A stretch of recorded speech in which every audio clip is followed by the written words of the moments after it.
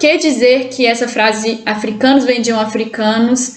ela pode ser entendida como anacrônica, ou seja, não é um argumento válido do ponto de vista histórico.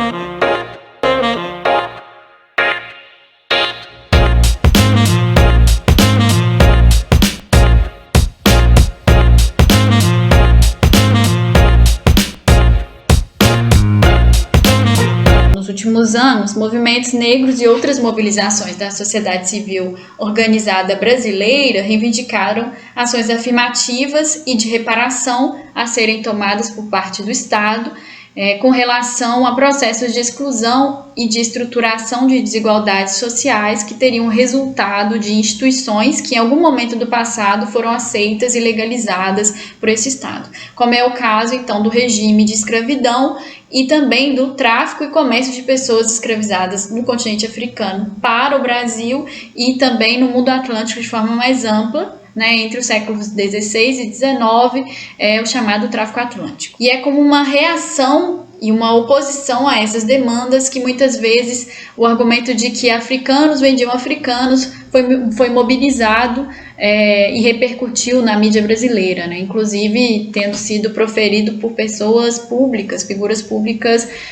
importantes, com cargos importantes no nosso cenário político atual. O que eu sustento aqui nesse vídeo é que ela não é válida do ponto de vista historiográfico. E então, por que dizer que essa frase "africanos vendiam africanos"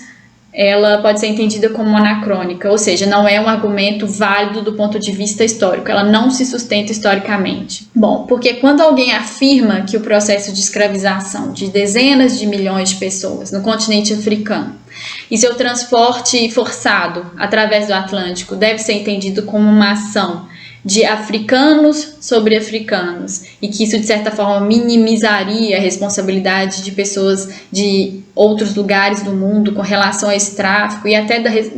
com relação às repercussões que esse tráfico tem nas sociedades que se constituíram na América, na Europa, em contato com pessoas escravizadas e com a racialização da escravidão.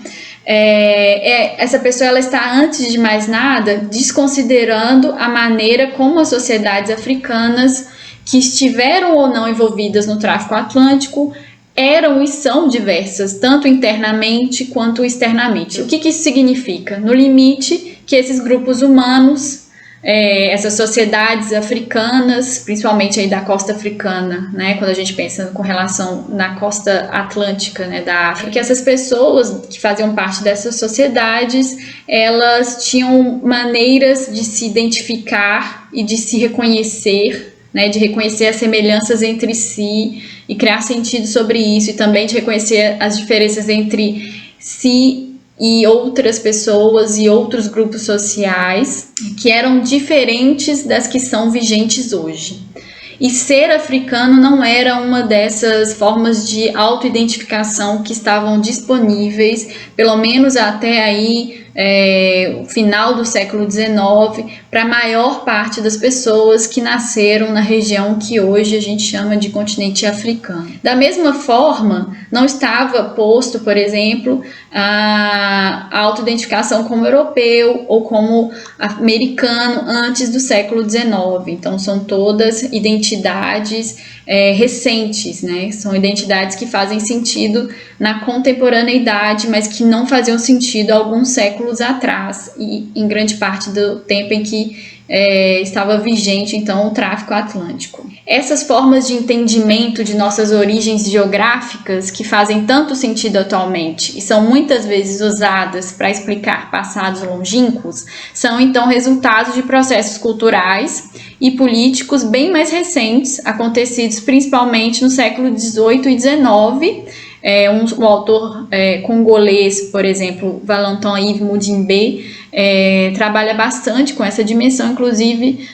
nomeia seu livro como A Invenção da África e trabalha justamente com os séculos XVIII e XIX. Além disso, é preciso considerar que as pessoas que mais lucraram de maneiras diversas em todos os pontos do tráfico atlântico, em que esse tráfico atlântico estava vigente, eram aquelas que ocupavam posições sociais de privilégio em suas sociedades, ou seja, então existia uma diversidade com relação às sociedades entre si, né, essas sociedades que hoje a gente entende como africanas, elas não necessariamente se entendiam como parte de um só grupo, como também internamente essas sociedades existiam complexidades que transformavam grupos diferentes sociais em grupos que tinham interesses, tinham participações e ações históricas também diferentes. O que tudo isso quer dizer no final das contas? Isso quer dizer que muitos foram os meios pelos quais as pessoas foram escravizadas no solo africano, incluindo guerras, saques, sequestros, permuta de dívidas. Mas seja como for, o grupo de pessoas que lucravam de alguma maneira com essas transações não se confundia com o daqueles que podiam ser vendidos. Na maior parte das vezes, as pessoas que eram escravizadas e vendidas eram pessoas de diferentes status sociais, de diferentes culturas e de diferentes estados, e que então não se confundiam então com aqueles que pode se considerar se beneficiaram de certa forma com a sua inserção no tráfico atlântico. Inclusive, diversos trabalhos, de historiadores recentemente trabalham com a dimensão da escravização, como é o caso do trabalho da professora brasileira Mariana Cândido, que se debruça, por exemplo, sobre fontes históricas que comprovam a maneira como a escravização, como possibilidade, transformou a vida, inclusive em cidades portuárias ricas, na costa atlântica africana, como é o caso de Benguela, e como grupos sociais como mulheres, comerciantes e estrangeiros se tornaram mais vulneráveis durante o período de grande aumento do volume da escravização, que foi justamente entre os séculos XVIII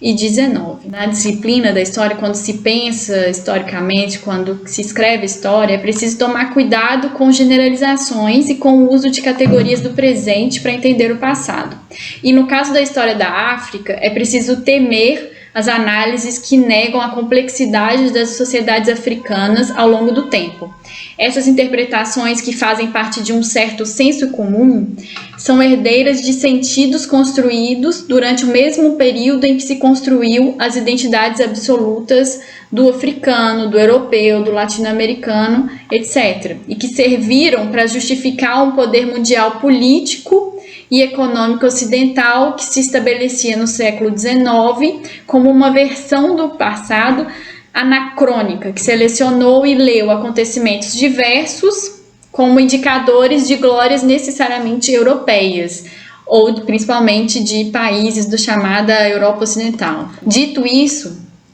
o argumento de que africanos vendem africanos deve ser entendido de maneira semelhante a esses processos do século XIX, como uma leitura do passado mediada por interesses políticos do presente, e seria, portanto, mais uma fonte para análises históricas e sociológicas da nossa sociedade contemporânea, do nosso tempo, do que de tempos anteriores. Portanto, se considerarmos a complexidade das sociedades existentes no continente africano durante o período de vigência do tráfico atlântico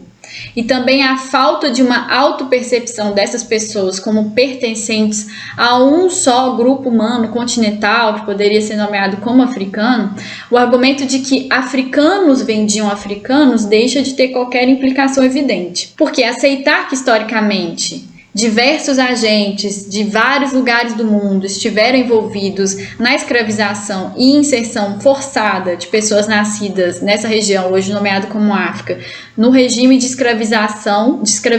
escravização e posteriormente escravidão, não minimiza o fato de que esse foi um processo de violência sistematizada, implementado de maneira generalizada, aceito e defendido por grande parte dos estados nele envolvidos e que beneficiou de maneira macro apenas um pequeno grupo de pessoas.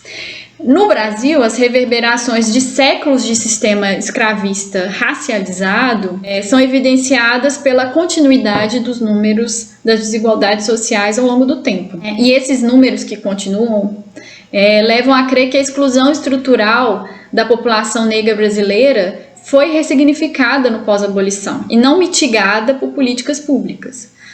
O que é por si só uma justificativa suficiente, contemporânea e difícil de negar se a gente se basear em evidências para a responsabilização do Estado e para a defesa das ações afirmativas.